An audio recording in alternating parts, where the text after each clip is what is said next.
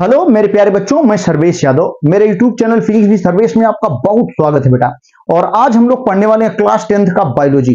और class 10th के bio में भैया हो हम लोग बहुत कुछ पढ़ चुके हैं। ठीक, हमने डाइजेशन पढ़ लिया, हमने रेस्पिरेशन पढ़ लिया, एकदम बढ़िया तरीके से। नहीं देखे तो जरूर जाके देखें आप। ठीक, और अब हमने स्टार्ट किया हुआ है परिवहन, ट्रांसपोर्टेशन। ठीक ना। और ट्रांसपोर्टेशन में भी हम लोगों ने पौधों में जाइलम के द्वारा, फ्लोएम के द्वारा कैसे जल का प्रवाह, ठीक, ट्रांसपोर्टेशन होता है, कैसे फूड का ट्रांसपोर्टेशन होता है, सारी चीजें हमने आपको बता दिया है। ठीक, अब हम लोग काफी बेहतरीन, काफी ठीक इंपॉर्टेंट पॉइंट पढ़ने वाले हैं। ठीक, अब हम लोग ठीक ह्यूमन में, वैसे तो जंतुओं में, लेकिन जंतुओं में मुख्य रूप से हम लोग ठीक ह्यूमन में ही, यानी मानव में ट्रांसपोर्टेशन, मानव में परिवहन, या मानव का सर्कुलेटरी सिस्टम, मानव का परिसंचरण तंत्र हम लोग पढ़ने वाले हैं। ठीक है बेटा, तो थोड़ा ध्यान से सुनिएगा मेरी बातों को, एकदम ध्यान से, एकदम इत्मीनान से। ठीक, कैसे ट्रांसपोर्टेशन होता है ह्यूमन में, या ट्रांसपोर्टेशन यानी परिवहन की क्यों आवश्यकता होती है ह्यूमन में। ठीक, ये काम क्या करता है, तो भैया हो सुनेंगे आप एकदम ध्यान से। ठीक, जैसे आपने भोजन किया और भोजन के बाद ठीक उसका डाइजेशन हुआ, और डाइजेशन के बाद ये आंत में, इंटेस्टाइन में, ठीक छोटे छोटे पार्ट में चला गया। ठीक, हम लोग खूब बढ़िया से जानते हैं जो कार्बोहाइड्रेट होता है वो ग्लूकोज में चेंज हो जाता है, टूट जाता है, ब्रेकडाउन हो जाता है ग्लूकोज में। और ठीक जो प्रोटीन है वो एमिनो एसिड में, और जो फैट हैं ये फैटी एसिड यानी वसी अम्ल में टूट जाते हैं, ग्लिसरॉल साथ में होता है। तो इनमें छोटे छोटे छोटे छोटे ये बड़े बड़े जो कार्बोहाइड्रेट, प्रोटीन, फैट, इनका जब हम भोजन करते हैं, ठीक दाल चावल जो भी रोटी सब्जी जो भी खाते हैं, तो इनमें ये सब ठीक ये सब पोषक तत्व तो होते हैं। और जब इनको हम खाएंगे तो इनका डाइजेशन होगा, और डाइजेशन के बाद ये छोटे छोटे ठीक अणुओं में, छोटे छोटे मॉलिक्यूल्स में तोड़ दिए जाते हैं। और फिर ये कहां तक पहुंच जाते हैं, इंटेस्टाइन तक, हमारी छोटी आंत तक। और छोटी आंत में बेटा माइक्रोविलाई होते हैं, ब्रश नुमा संरचना होती है, वो ठीक इनको एब्जॉर्ब करती है। ठीक, वो छोटे छोटे विलाई ब्रश ब्रश की तरह वो फंसते चले जाते हैं इनके अंदर, और इनका एब्जॉर्प्शन होता है। और जब एब्जॉर्प्शन होता है तो ध्यान दीजिएगा, ये नहीं कि उनकी वहीं पर आवश्यकता है, यानी ग्लूकोज की वहीं आंत में ही आवश्यकता है। ठीक, वसी अम्ल हम कह सकते हैं, ग्लिसरॉल हम कह सकते हैं, एमिनो एसिड, इनका वहीं आवश्यकता नहीं है बेटा। इनका हमारे शरीर के ठीक अलग अलग जगहों पर, अलग अलग कोशिकाओं में, पूरी कोशिकाओं में इनकी आवश्यकता है। ठीक, पूरी आवश्यकता है, यानी वहां तक इनको पहुंचाना है। ठीक, तो वहां तक पहुंचाने के लिए किसकी आवश्यकता होती है बेटा, तो वहां तक पहुंचाने में मुख्य रोल, मुख्य भूमिका जो होती है वो ब्लड की होती है बाबू। ठीक, रक्त की होती है, ब्लड की, रुधिर की होती है। ठीक, मेरी बात समझे, परिवहन का मतलब क्या है, ट्रांसपोर्टेशन का मतलब समझे। पहले ट्रांसपोर्टेशन का मतलब समझ जाइए, आपको एकदम समझ में आ जाएगा चीजें। ट्रांसपोर्टेशन में क्या होता है, जैसे हम ही लोगों को ट्रांसपोर्टेशन ठीक या परिवहन क्या होता है, ठीक इसके बारे में। तो परिवहन के रूप में हम लोग ट्रेन का, बस का, ठीक अपनी बाइक, कार, इनका यूज करते हैं। मुख्य रूप से ट्रेन और बस को मान लीजिए। तो ट्रेन और बस का काम होता क्या है, ये परिवहन है हमारे। ठीक, अब ये करते क्या है, ठीक डिफरेंट डिफरेंट, ट्रेन की बात कर लें तो अलग अलग जगहों से लोग उस पर बैठते हैं, और ट्रेन क्या करती है, ठीक चलती रहती है, और जिसको जहां जहां उतरना होता है, जिसका जहां जहां काम होता है, वे लोग वहां वहां उतरते हैं और अपना अपने अपने काम में चले जाते हैं। यही ना होता है। ठीक, ठीक वही चीज हमारे शरीर में भी होता है। ठीक, डाइजेशन हुआ, ग्लूकोज, ऑक्सीजन, ये सब पड़े। ठीक, ऑक्सीजन हमने सांस के द्वारा लिया, फेफड़ों में गई ऑक्सीजन। ठीक, तो ये जो ऑक्सीजन यहां से, तो इन सबको, चाहे ग्लूकोज हो, फैटी एसिड, एमिनो एसिड, सबको ये जो ब्लड है क्या करता है, ब्लड में ये चले जाते हैं, और ब्लड ठीक इनको पूरे शरीर में पहुंचाता है। ठीक, ये ले लेता है, ब्लड में चले गए, सब ब्लड में मिल गए सब।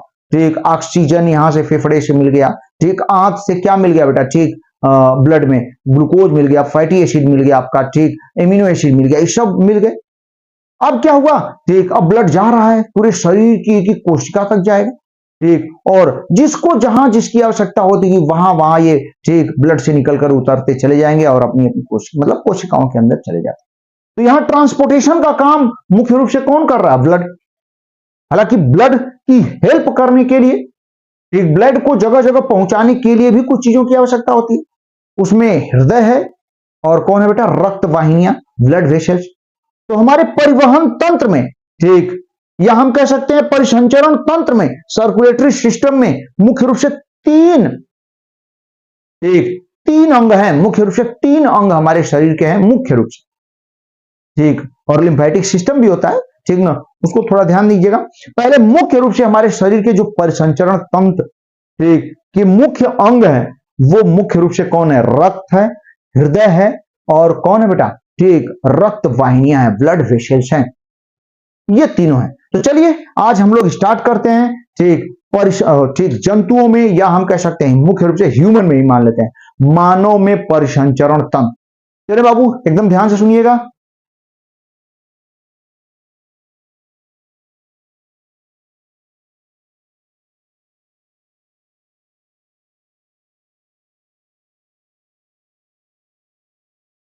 मानव में परिसंचरण तंत्र, ठीक, खूब ध्यान से देखिए बेटा आप।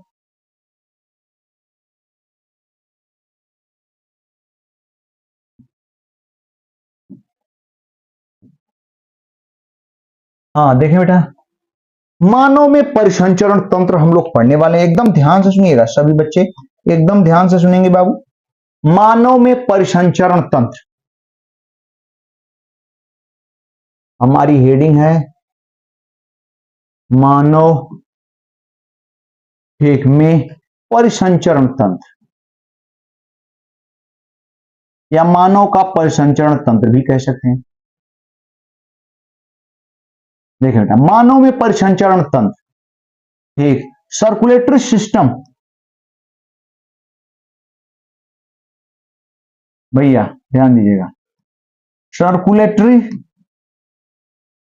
सिस्टम इन ह्यूमन, एकदम आपको इतना बढ़िया समझ में आ जाएगा, कोई हिसाब नहीं, बस ध्यान से कॉपी और पेन ले लीजिए, ठीक, और शॉर्ट में एकदम नोट्स लिखते रहेंगे, मजा आने वाला है, ध्यान दीजिएगा बाबू, ठीक। सर्कुलेटरी सिस्टम इन ह्यूमन, मानव में परिसंचरण तंत्र, ठीक, या जंतुओं में परिसंचरण तंत्र, लगभग सेम होता है, ठीक।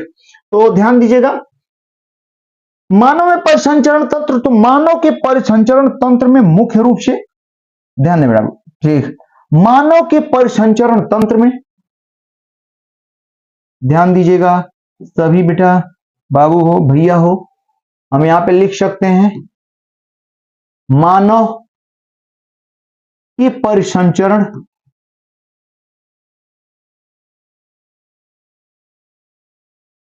मानव के परिसंचरण, ठीक, तंत्र के अंग, ये कौन कौन ऑर्गन्स हैं, ठीक। तो ध्यान दीजिएगा बेटा, मानव के परिसंचरण तंत्र में भाग लेने वाले कुल तीन अंग हैं, ठीक, ध्यान दें।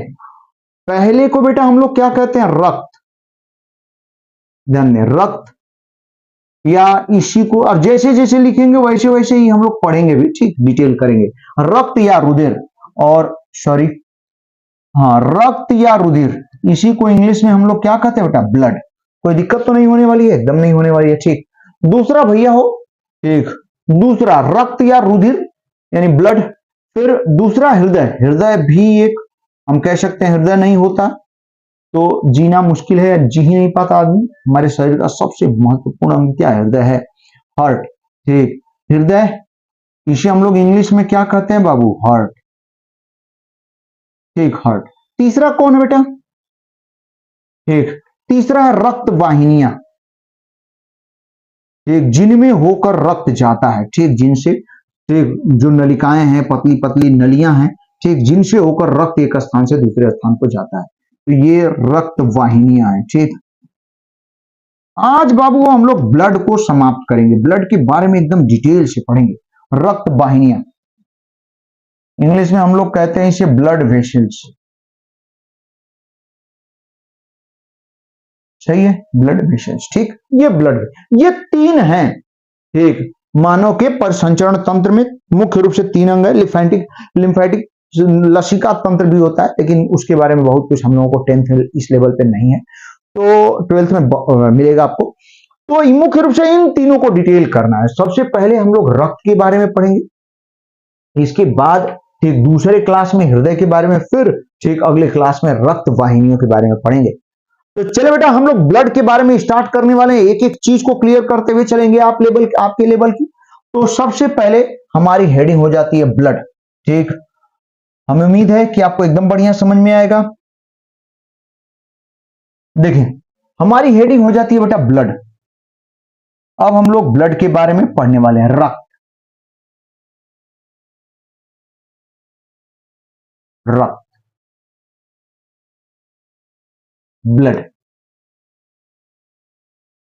ठीक, तो ब्लड में ध्यान देंगे आप। ठीक, हम कह सकते हैं इसमें क्या, ये क्या क्या है, ध्यान दीजिएगा। पहले ये जो ब्लड है, ब्लड के बारे में हम आपको बता देते हैं। ठीक, यह बस हल्का हल्का, यह लाल रंग का क्षारीय द्रव है। ठीक, क्षारीय द्रव है। और जानते हैं बेटा इसका पीएच मान, जिसका पीएच मान भैया, पीएच मान आप जानते हैं 7 से जब अधिक होता है तो क्षारीय होता है, और 7 से कम होता है तो अम्लीय। तो इसका पीएच मान बेटा कितना होता है, 7.4 होता है। कोई दिक्कत नहीं, पहला पॉइंट एकदम याद रखेंगे, एक एक बच्चा याद रखेगा। ठीक, रक्त, यह लाल रंग का क्षारीय द्रव है जिसका पीएच मान 7.4 होता है। कोई दिक्कत नहीं। फिर देखें बेटा, दूसरा पॉइंट हम लोग कह सकते हैं रक्त के बारे में। ठीक, यह ध्यान दीजिएगा, यह एक प्रकार का तरल संयोजी ऊतक है। ठीक, कैसा बेटा, ध्यान दीजिएगा, तरल संयोजी ऊतक है। इसका मतलब अभी हम आपको समझा देते हैं। ठीक, तरल संयोजी ऊतक है। ठीक, ठीक, यह क्या बेटा, तरल संयोजी ऊतक है। ठीक, ध्यान दीजिएगा, हाँ, ये तरल संयोजी ऊतक है। ठीक, इसे हम लोग कहते हैं फ्लूइड कनेक्टिव टिश्यू। ये तरल संयोजी ऊतक, तरल क्यों, तरल, तरल का मतलब लिक्विड है, ये द्रव है। ठीक, पहली चीज तरल हो गया। संयोजी ऊतक है बेटा, ये एक ऐसा टिश्यू है जो पूरे शरीर के टिश्युओं को जोड़ता है। आप जानते हैं पूरे शरीर की कोशिकाओं तक पहुंचता है, पूरी शरीर की, ठीक, ऊतकों को आपस में क्या करते हैं, जोड़ने का काम करता है, जिसके कारण से कनेक्टिव टिश्यू कहते हैं। ठीक, कनेक्टिव संयोजी ऊतक, ऐसे ऊतक जो, ठीक, ऊतकों को आपस में क्या करते हैं, जोड़ते हैं, कोशिकाओं को, समान प्रकार की कोशिकाओं को आपस में क्या करते हैं, जोड़ते हैं। ठीक, उन्हें हम लोग क्या कहते हैं, कनेक्टिव टिश्यू, संयोजी ऊतक। और संयोजी ऊतक में भी बेटा ये किस तरीके का है, द्रव रूप में है, लिक्विड रूप में, तो इसे हम लोग क्या कहेंगे, तरल संयोजी ऊतक। ठीक, ये ब्लड के बारे में। अब देखिए बेटा, ब्लड में क्या क्या होता है। ठीक, ध्यान दीजिएगा, रक्त में क्या क्या होता है, फटाफट हम आपको बताते हैं, और एक एक चीज याद करते हुए चलिएगा बेटा। ठीक, ध्यान दें बाबू हो, भैया हो। ठीक, ये देखिए रक्त, ब्लड,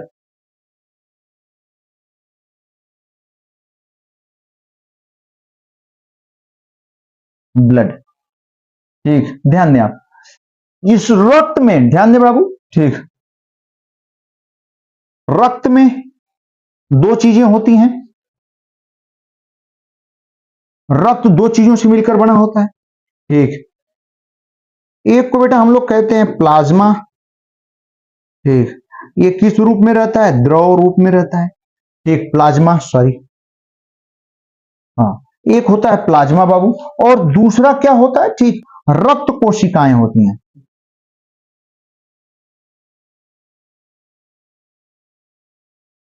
रक्त कोशिकाएं होती हैं। ठीक, एकदम सही बाबू। ठीक ना, ध्यान दीजिएगा, प्लाज्मा को हम लोग इंग्लिश में प्लाज्मा ही कहते हैं। ठीक, एकदम सही। रक्त कोशिकाओं को बेटा हम लोग कहते हैं ब्लड कार्पसेल्स। ठीक, ब्लड कार्पसेल्स, ठीक ना, ये होती है ब्लड कार्पसेल्स।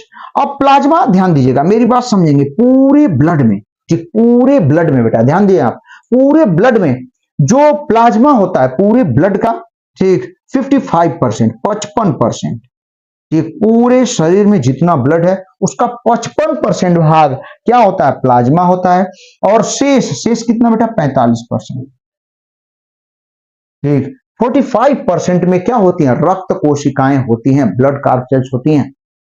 ठीक, एकदम सही। अब देखिए बाबू, ध्यान दीजिएगा आप सभी। ठीक, अब प्लाज्मा के बारे में देखेंगे, फिर रक्त कोशिकाओं के बारे में देखेंगे। ठीक, अब देखिए प्लाज्मा। अब बात आ जाती है प्लाज्मा, समझेंगे आप। अगर प्लाज्मा की बात करें, ये क्या है, ध्यान दीजिएगा भैया हो। प्लाज्मा जो हमारा ब्लड है, ब्लड में ठीक, ब्लड जो है वो इसमें द्रव पार्ट में भी है, कुछ भाग होते हैं द्रव में और कुछ ठोस में भी होते हैं, छोटी छोटी कणिकाएं होती हैं, कण होते हैं छोटे छोटे। ठीक, जैसे हम बालू युक्त पानी ले लें, तो जैसे पानी वाला शुद्ध पानी है वो प्लाज्मा, और उसमें जो बालू के छोटे छोटे कण हैं वो क्या हो जाते हैं भैया, ध्यान दिए, उसमें ललका बालू भी, लाल बालू भी रहेगा, सफेद का भी रहेगा। ठीक, इस तरीके से उसमें जो बालू के कण हैं वो अलग अलग डिफरेंट डिफरेंट कलर के भी हैं।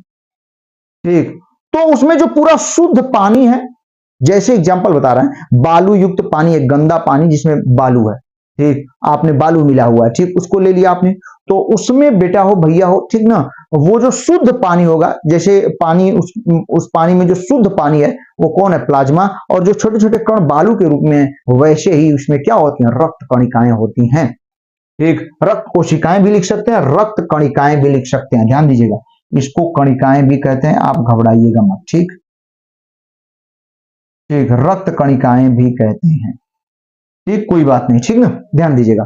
तो सबसे पहले बेटा प्लाज्मा के बारे में हम लोग पढ़ते हैं। तो जानते हैं जो द्रव है, पूरा शुद्ध द्रव जो है, किसमें किसमें, एक रक्त में, वो क्या है बेटा, प्लाज्मा।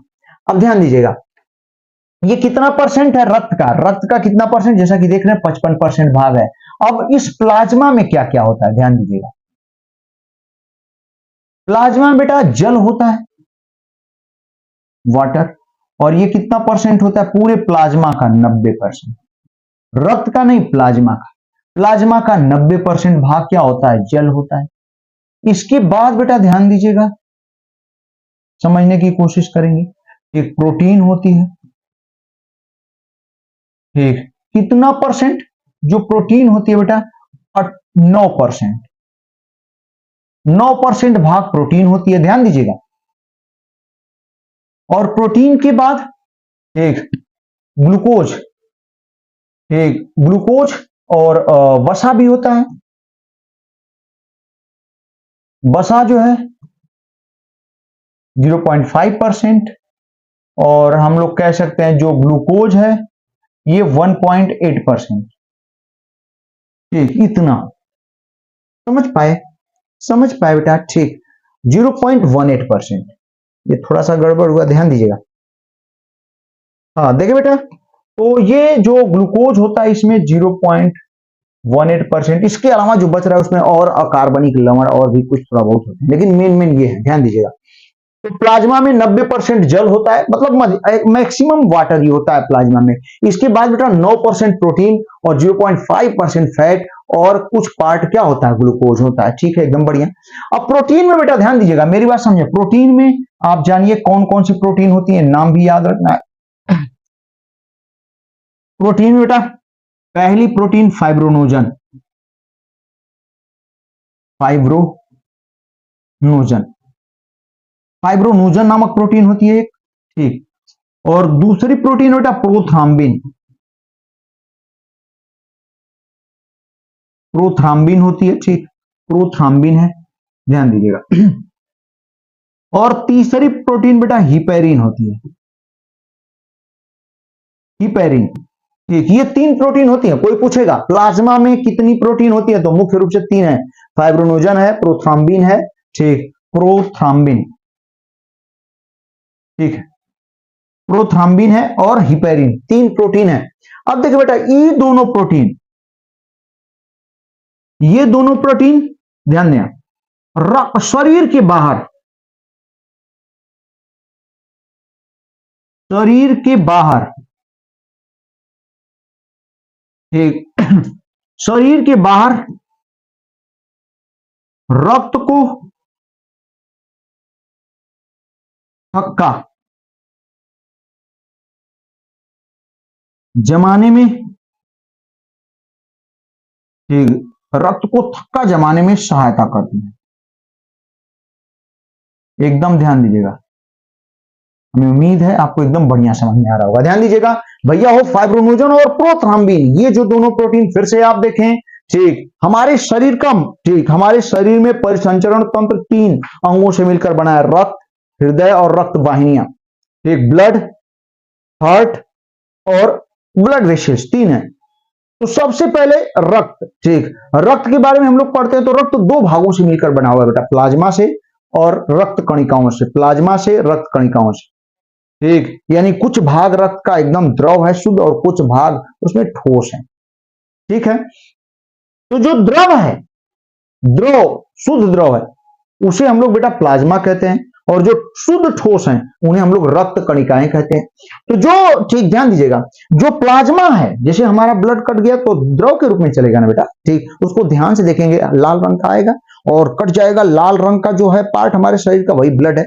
तो उसमें उसी ब्लड की बात की जा रही है बेटा, उस ब्लड में, उस रक्त में 2 चीजें होती हैं, एक प्लाज्मा और दूसरा रक्त कणिकाएं।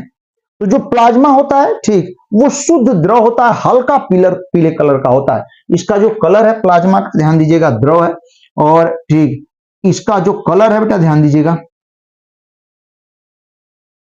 हल्का पीला कलर होता है, ठीक इसका द्रव का। और आप जानते हैं, ठीक इसमें कई कलर होते हैं, तो ये है हल्का पीले कलर का प्लाज्मा है, ठीक जो द्रव है, शुद्ध द्रव है, और इसका ठीक कितना 55% भाग है, और ये किस रूप में होते हैं, ठोस अवस्था, ठीक ये दोनों मिलकर के रक्त बनाएंगे। अब देखिए बेटा, प्लाज्मा की बात करेंगे सबसे पहले, ठीक पूरे रक्त का 55% भाग प्लाज्मा होता है और 45% भाग रक्त कणिकाएं होती हैं। सबसे पहले प्लाज्मा को हम लोग डिटेल कर लेते हैं और फिर रक्त कणिकाओं को। प्लाज्मा में एक चीज एकदम याद रखिएगा, जल कितना परसेंट, 90%, प्रोटीन भैया हो 9% और वसा 0.5% और ग्लूकोज 0.18% पाया जाता है। मुख्य रूप से प्रोटीन के बारे में हम लोग जानेंगे, ठीक इनकी बहुत जरूरत नहीं है, एकदम याद रखिएगा।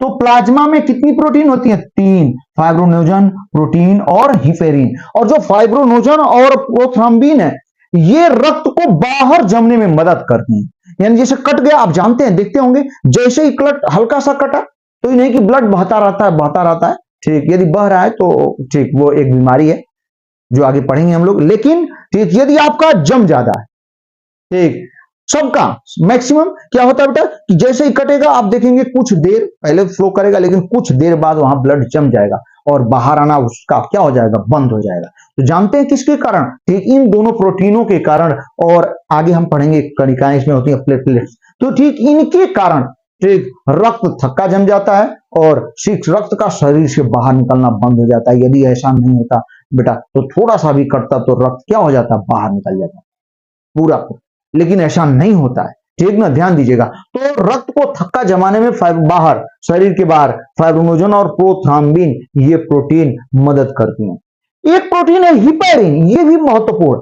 अब आप सोचेंगे कि रक्त के बाहर ये थक्का जमा देते हैं, रक्त बाहर आ जाता है, ठीक तो रक्त के अंदर ठीक काहे नहीं थक्का जमता है, सॉरी शरीर के अंदर काहे नहीं ब्लड में थक्का जम जाता है, हमारी वेसल्स में, हार्ट में जम जाएगा, तुरंत एक्सपायर कर जाएंगे, तुरंत मर जाएंगे भैया, ठीक लेकिन ऐसा नहीं होता है। ठीक ब्लड जो है शरीर के अंदर नहीं जमता है, लेकिन बाहर आता है तो जम जाएगा, ऐसे ही निकाल के तो जगह जगह जगह जगह अगर बूंद इकट्ठा हो जाएगा थक्के के रूप में, ऐसे फ्लो नहीं करता जाएगा। ये नहीं कि कटोरी में आपने कुछ ब्लड को काट के रख दिया तो वो ठीक वैसे ही एकदम पानी की तरह इधर उधर लाल रंग में नहीं, ठीक वो थक्का बन जाएगा जगह जगह, ठीक छोटे छोटे, ठीक दही की तरह थक्का बन जाता है, कलर रेड होता है, ठीक ये स्थिति हो जाती है बेटा, ठीक तो जानते हैं। लेकिन शरीर के अंदर वही नहीं जमता है, तो उसका मुख्य कारण ठीक कौन प्रोटीन है, हिपेरिन। आपसे कोई पूछेगा बताइए शरीर के बाहर रक्त का थक्का जम जाता है लेकिन शरीर के अंदर रक्त थक्का नहीं जमता है, उसका कारण क्या है, तो आप एक लाइन में जवाब देंगे बेटा कि ब्लड में हिपेरिन नामक प्रोटीन पाई जाती है जो कि एंटीकोगुलेंट प्रोटीन होती है, ठीक इसका मतलब वह शरीर के अंदर रक्त को थक्का जमने से क्या करती है, रोकती है, थक्का बनाने से रोकती है, ठीक हम यहां पे लिख पाएंगे बेटा, ध्यान दीजिएगा एकदम। यह प्रोटीन एक शरीर के अंदर एकदम जैसे लिख रहे हैं वैसे ही लिख जाएंगे, एकदम याद हो जाएगा सारी चीजें। यह प्रोटीन शरीर के अंदर भैया हो, एकदम ध्यान दीजिएगा, शरीर के अंदर रक्त को ठीक थक्का, रक्त को थक्का बनाने से रोकती है। एकदम भैया, ये इस तरीके से बाबू हमने आपको बता दिया। ठीक, बहुत आसान तरीके से हमने प्लाज्मा के बारे में पूरी बात बता दिया। हमें उम्मीद है कि यहां तक आपको खूब बढ़िया समझ में आया होगा। चलिए अब रक्त केशिकाओं, रक्त कणिकाओं, रक्त कोशिकाओं के बारे में हम लोग खूब बढ़िया से पढ़ने वाले हैं। ठीक, एकदम याद रखिएगा बेटा।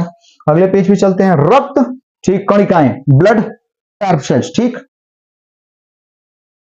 हाँ, अब हम लोग बाबू हो, हम लोग पढ़ रहे हैं क्या? रक्त कणिकाएं,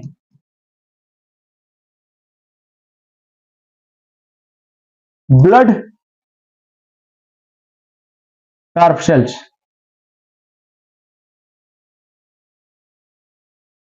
ठीक, ब्लड कार्प सेल्स, रक्त कणिकाएं, यानी जो रक्त का ठोस भाग है, ब्लड में जो ठोस भाग है, सॉलिड पार्ट है, ठीक, उसके बारे में हम लोग पढ़ रहे हैं। तो जानते हैं बेटा, ठीक, रक्त में जो ठोस पार्ट है, ठीक, रक्त कणिकाएं, वो तीन तरीके की होती हैं। ठीक, शरीर में जो रक्त कणिकाएं बेटा तीन तरीके की होती हैं। एक को क्या क्या होती हैं ध्यान दीजिएगा। शरीर की जो रक्त कणिकाएं बाबू वो तीन तरीके की हैं। पहले को हम लोग कहते हैं रेड ब्लड कॉर्पसेल्स, लाल रुधिर कणिकाएं या लाल रक्त कणिकाएं। पहली है लाल रक्त, हाँ, लाल रक्त कणिका है बेटा। ठीक, दूसरी बाबू हो, ठीक, दूसरी को हम लोग कहते हैं श्वेत रक्त कणिकाएं। ध्यान दें, काफी बढ़िया। ठीक, अब होने वाला है, एकदम ध्यान से देखेंगे मजा आएगा। ठीक ठीक, हाँ देखिए बेटा, श्वेत रक्त कणिकाएं, हाँ, श्वेत रक्त कणिकाएं, ठीक, ये है। ठीक, इनको इंग्लिश में बेटा red blood corpuscles, red blood corpuscles. ठीक, इन्हीं को शार्ट में क्या कह देंगे बाबू हो? आरबीसी। एकदम बढ़िया, एकदम जबरदस्त। दूसरे बेटा श्वेत रक्त कणिकाएं। ठीक, इन्हें इंग्लिश में क्या कह देंगे? व्हाइट, व्हाइट ब्लड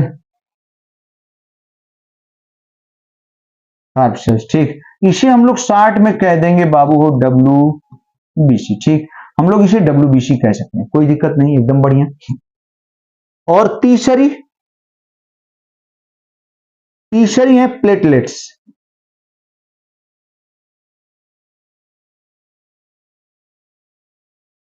प्लेटलेट्स, ठीक ना। देखें, ठीक, ये तीन है, लाल रक्त कणिकाएं, श्वेत रक्त कणिकाएं और प्लेटलेट्स। ठीक ना। लाल रक्त कणिकाओं को आरबीसी, ठीक, और श्वेत रक्त कणिकाओं को डब्ल्यूबीसी कहते हैं, व्हाइट ब्लड कॉर्पसेल्स का शॉर्ट फॉर्म डब्ल्यूबीसी। और तीसरी कौन है बेटा? प्लेटलेट्स। ठीक, तो सबसे पहले हम लोग लाल रक्त कणिकाओं के बारे में पढ़ेंगे, ये, ठीक, इन तीन, सबसे पहले लाल रक्त कणिकाओं के बारे में पढ़ेंगे, फिर इनके बारे में पढ़ेंगे। तो ध्यान दीजिएगा भैया हो। ठीक, हमारा पार्ट जो सबसे पहले स्टार्ट हो जाता है वो है लाल रक्त कणिकाएं। ठीक, लाल रक्त कणिकाएं, ठीक, लाल रक्त कणिकाएं, यानी हम शार्ट में इसे कह देते हैं आरबीसी, रेड ब्लड कॉर्पसेल्स। और एक और नाम होता है बेटा इसका, इरिथ्रोसाइट, इरिथ्रो, ठीक, साइट। ठीक, इरिथ्रोसाइट, हिंदी में भी आप समझ ही सकते हैं, इरिथ्रोसाइट। ध्यान दें, सारे नाम याद रखिएगा, इरिथ्रोसाइट कहते हैं इसे, इरिथ्रोसाइट्स। लाल रक्त कणिकाएं इरिथ्रोसाइट्स होती हैं ये, ठीक ना, आरबीसी इरिथ्रोसाइट्स है, लाल रक्त कणिकाएं हैं। ठीक, अब इनके बारे में डिटेल में पढ़ते हैं बेटा, ध्यान दीजिएगा, एकदम बढ़िया से ध्यान से सुनिए आप। लाल रक्त कणिकाएं, तो जानते हैं लाल रक्त कणिकाओं में जो रेड ब्लड कॉर्पसेल्स हैं, सबसे पहले इनमें केंद्रक नहीं पाया जाता, सेंटर, विदाउट, ठीक, ठीक, विदाउट न्यूक्लियस, विदाउट न्यूक्लियस ये होती हैं, यानी इनमें केंद्रक नहीं पाया जाता है। पहला पॉइंट एकदम याद रखेंगे, लाल रक्त कणिकाओं की, ठीक, पहले पॉइंट को हम लोग पढ़ रहे हैं बेटा, ध्यान दीजिएगा। ठीक, इसमें पहला पॉइंट है इनमें क्या नहीं पाया जाता है भैया? केंद्रक। ठीक, इनमें केंद्रक नहीं पाए जाते हैं कुछ। ठीक, इसको छोड़कर ऊंट यानी कैमल, ऊंट की आरबीसी को छोड़कर, मतलब ऊंट की आरबीसी में, ठीक ना, ये पाया जाता है। क्या पाया जाता है भैया? ठीक, क्या पाया जाता है? केंद्रक। जनरली किसी भी आरबीसी में, हमारे शरीर के आरबीसी में केंद्रक नहीं पाए जाते हैं, लेकिन ऊंट ऐसा एक जानवर है, ठीक, जिसके ठीक आरबीसी में केंद्रक पाए जाते हैं। ठीक है भैया। अब दूसरा पॉइंट बेटा ध्यान दीजिएगा, सेकेंड पॉइंट क्या कहता है? सेकेंड पॉइंट, दूसरा पॉइंट ध्यान दे, लाल रक्त कणिकाओं के बारे में। इनमें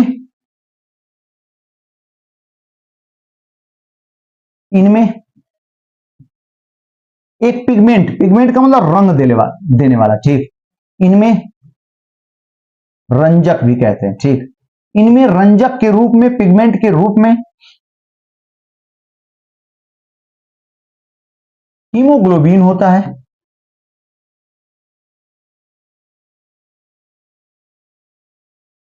ठीक, हीमोग्लोबिन होता है, जिसके कारण भैया हीमोग्लोबिन होता है, जिसके कारण ठीक आरबीसी या ठीक पूरे रक्त, जिसके कारण बेटा आरबीसी या पूरे रक्त का रंग हो भैया, रक्त का रंग क्या होता है बाबू? लाल। ठीक, हाँ लाल होता है। ठीक है, एकदम बढ़िया। इनमें रंजक के रूप में हीमोग्लोबिन होता है, ठीक, जिसके कारण आरबीसी का रंग तो लाल होता ही, और जब आरबीसी लाल हो गई तो पूरे ब्लड को ही लाल कर देती है, यानी पूरे ब्लड का कलर कैसा दिखाई देता है? लाल। सही है, एकदम बढ़िया। ठीक, एकदम याद रखेंगे आरबीसी के बारे में। फिर बेटा ध्यान दीजिएगा तीसरे पॉइंट में, इसमें अब ये हीमोग्लोबिन क्या करता है? ठीक, यह हीमोग्लोबिन फेफड़े में, ध्यान दें आप, ठीक, फेफड़े के पास जो एल्वियोलाई होते हैं, छोटे छोटे जो बारे की तरह होते हैं, तो जब हम ऑक्सीजन लेते हैं तो ऑक्सीजन एल्वियोलाई से होकर ब्लड में जाती है, ठीक ना, विसरण क्रिया के द्वारा। ठीक, एल्वियोलाई, एल्वियोलाई बहुत बार बता चुके हैं, ठीक, श्वसन में जाके सुनेंगे, मिलेगा आपको।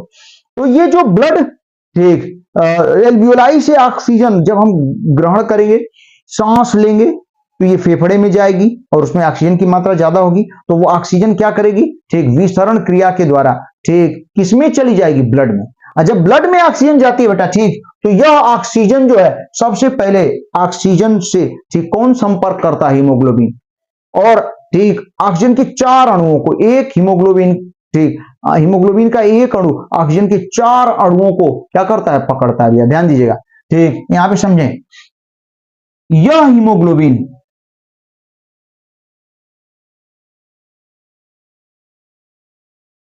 एकदम चीजें याद होनी चाहिए, ध्यान दें आप, यह हीमोग्लोबिन ऑक्सीजन की, ठीक भैया ध्यान दीजिएगा, यह हीमोग्लोबिन क्या करता है? ऑक्सीजन के O2 के 4 अणुओं से जुड़कर, पूछा जाता है कितने अणुओं से, ठीक, जुड़ता है भैया, याद रखेंगे, ठीक, 4 अणुओं से जुड़कर, ध्यान दीजिएगा, 4 अणुओं से जुड़कर बाबू, ठीक, क्या बना लेता है? ऑक्सी हीमोग्लोबिन बनाता है।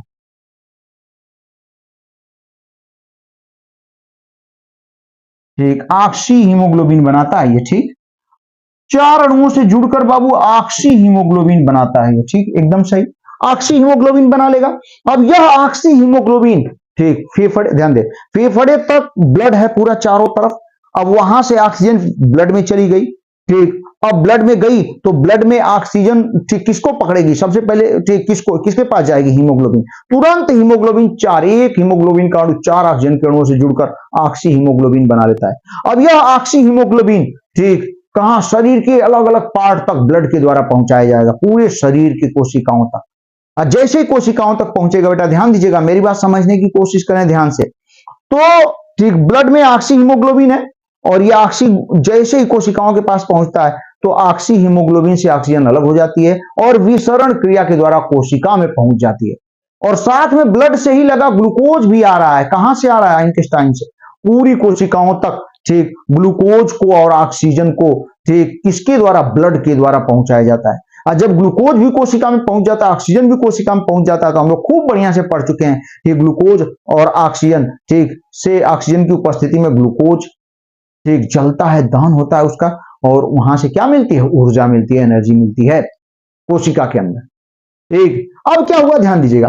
ठीक, हीमोग्लोबिन, ऑक्सी हीमोग्लोबिन बनता है, ठीक, जिसकी सहायता से भैया, जिसकी सहायता से हमने बताया आपको, अभी अभी समझाया, जिसकी सहायता से ऑक्सीजन को, किसको, ऑक्सीजन को ये कोशिकाओं तक पहुंचाया जाता है,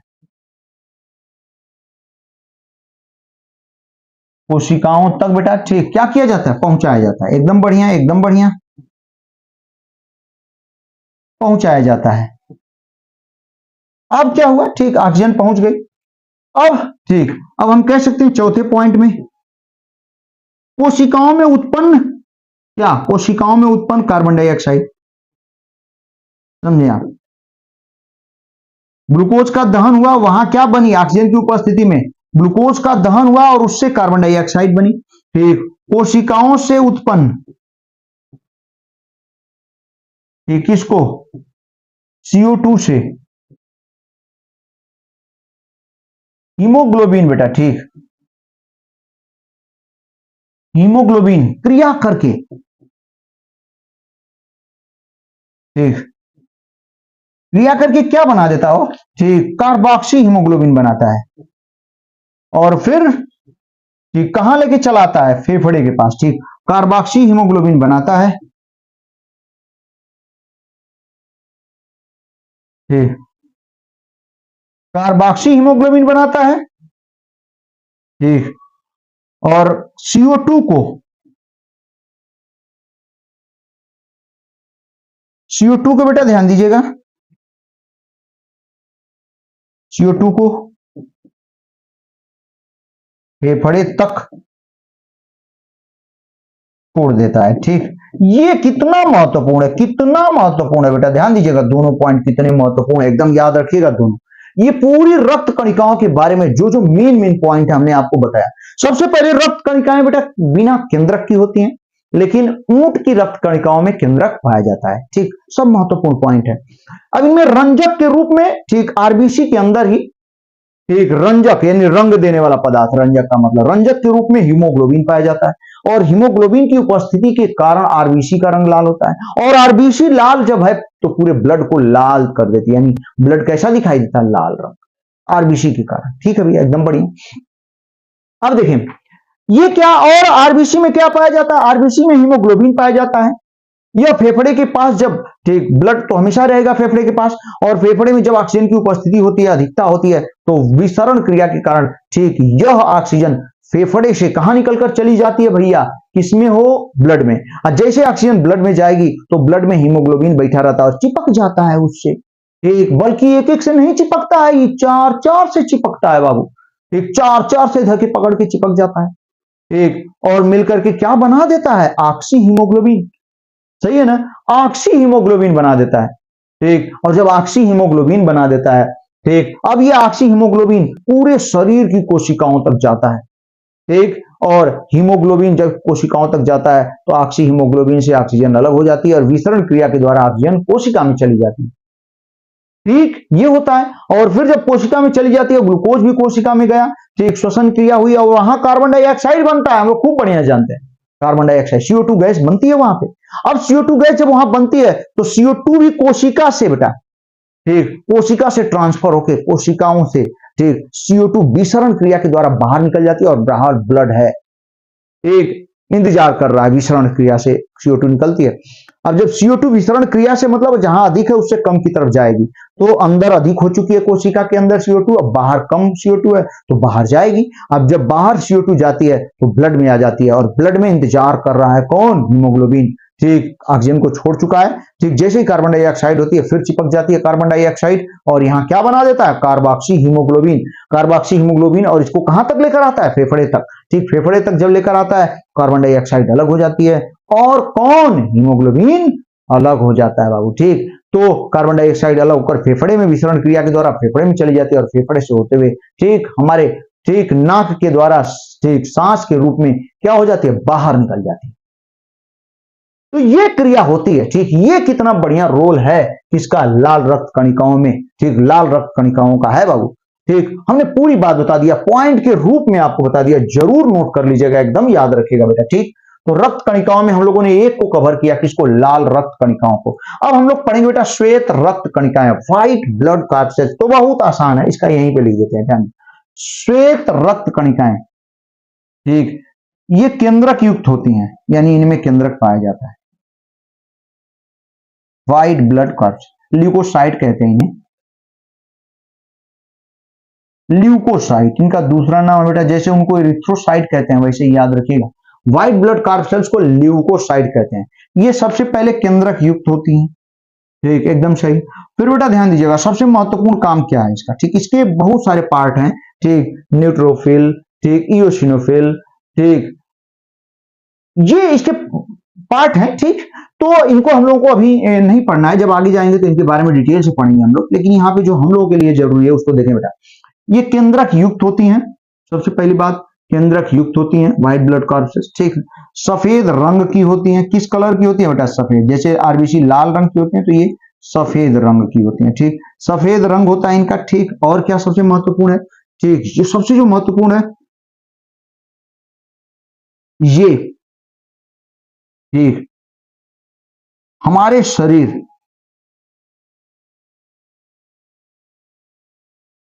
ठीक, हमारे शरीर में प्रतिरक्षा या एंटीबॉडी कह सकते हैं। अब एंटीबॉडी क्या, अभी हम समझा देते हैं हल्का सा। हमारे शरीर में एंटीबॉडी का निर्माण करती हैं भैया। ठीक, किसको बनाती हैं, एंटीबॉडी। ठीक, प्रतिरक्षी। तो एंटीबॉडी का निर्माण करती हैं जिससे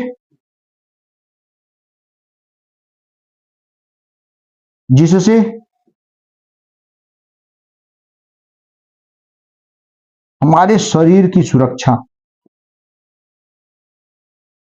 हमारे शरीर की बाबू वो सुरक्षा रोगों द्वारा या बीमारियों द्वारा होती है। ठीक, रोगों द्वारा होती है। ठीक, हाँ देखें, जानते हैं जैसे हमारे शरीर में कोई एंटीजन आया, एंटीजन का मतलब बीमारी के वायरस जो होते हैं, ठीक, बीमारी की प्रोटीन होती है। ठीक, तो जब ये प्रवेश करते हैं तो तुरंत हमारा शरीर में जो डब्ल्यूबीसी है, ठीक, उन एंटीजन के विपरीत में क्या बना देता है, एंटीबॉडी। अगर एंटीबॉडी, हमारे शरीर का जो डब्ल्यूबीसी एंटीबॉडी बना रहा है वो स्ट्रांग है और आने वाला जो एंटीजन है, प्रोटीन है बीमारी का, ठीक, वो कमजोर है, तो हमारे शरीर में बीमारी नहीं आती है। ठीक, और ये मार देता है उसको। लेकिन यदि वो मजबूत है और ये एंटीबॉडी उस तरीके का नहीं बन पा रहा है डब्ल्यूबीसी के द्वारा, तो भैया बीमारी हो जाएगी आपको। ठीक, ये स्थिति होती है। तो बीमारियों से रक्षा करने का काम कौन करता है, ठीक, डब्ल्यूबीसी बहुत महत्वपूर्ण है। डब्ल्यूबीसी व्हाइट ब्लड कॉर्पसेस, ठीक ना, बीमारी से, तरह तरह की बीमारियों से आने वाले हमारे शरीर में, ठीक, एंटीबॉडी बना देता है उनका विपरीत। ठीक, और एंटीबॉडी यदि मजबूत है तो बीमारी नहीं होती, एंटीबॉडी कमजोर बन रहा है तो हमारे शरीर में बीमारी प्रवेश कर जाती है। ये स्थिति होती है बेटा। तो एकदम याद रखिएगा कि कितना पॉइंट, 3 पॉइंट हमने बताया। केंद्रक युक्त है, सफेद रंग का है, और ये हमारे शरीर में किसका निर्माण करती है, एंटीबॉडी, जिससे हमारे शरीर की क्या होती है, सुरक्षा रोगों द्वारा होती है, यानी बीमारियों द्वारा सुरक्षा करने का काम होता है। ठीक, प्लेटलेट्स बेटा ये एक पॉइंट है बस, ठीक ना, प्लेटलेट्स यह रक्त को थक्का जमाने में, थक्का बाहर, ठीक, यह रक्त को थक्का जमाने में मदद करती है भैया। ठीक, प्लेटलेट्स, ठीक ना, ठीक, रक्त को थक्का जमाने में किसके, प्लाज्मा के 2 प्रोटीन भी हैं। ठीक, और ये प्लेटलेट्स भी बाहर रक्त को थक्का जमाने में, ठीक, मदद करती है। तो इस तरीके से बाबू हम लोगों ने, ठीक, ये red blood corpuscles, white blood corpuscles, platelets, ठीक, इनको कवर किया। ठीक, हमें उम्मीद है आपको खूब बढ़िया समझ में आया होगा। एक छोटा सा पॉइंट और हम आपको बता देते हैं, ध्यान दीजिएगा। ठीक, सीरम, एक शब्द बार बार आपसे पूछा जाएगा, सीरम किसे कहते हैं, सीरम, ये सीरम क्या होता है, तो भैया हो प्लाज्मा में से, प्लाज्मा द्रव है, तो plasma minus fibrinogen protein, fibrinogen fibrinogen protein. इसका मतलब बेटा ध्यान दीजिएगा, ठीक, अगर प्लाज्मा में से फाइब्रिनोजन प्रोटीन को आपने बाहर कर दिया तो जो बचता है द्रव उसे हम लोग क्या कहते हैं, सीरम कहते हैं, ठीक।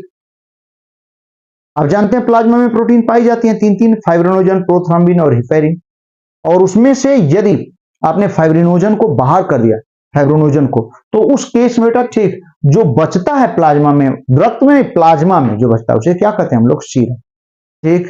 तो बेटा हो भैया हो, अब हम लोग पढ़ेंगे आगे हृदय के बारे में। हमने ब्लड के बारे में पूरी बात, ठीक, काफी महत्वपूर्ण आपके सिलेबस के अनुसार हमने समाप्त किया। हमें उम्मीद है आपको खूब बढ़िया समझ में आया होगा बेटा, ठीक। तो पूरा वीडियो देखने के लिए बहुत बहुत धन्यवाद, ठीक। कॉपी और पेन लेकर के बैठा करें क्लास में बेटा, पूरी चीजों को नोट करते हुए चलें, काफी महत्वपूर्ण होगा, ठीक। धन्यवाद।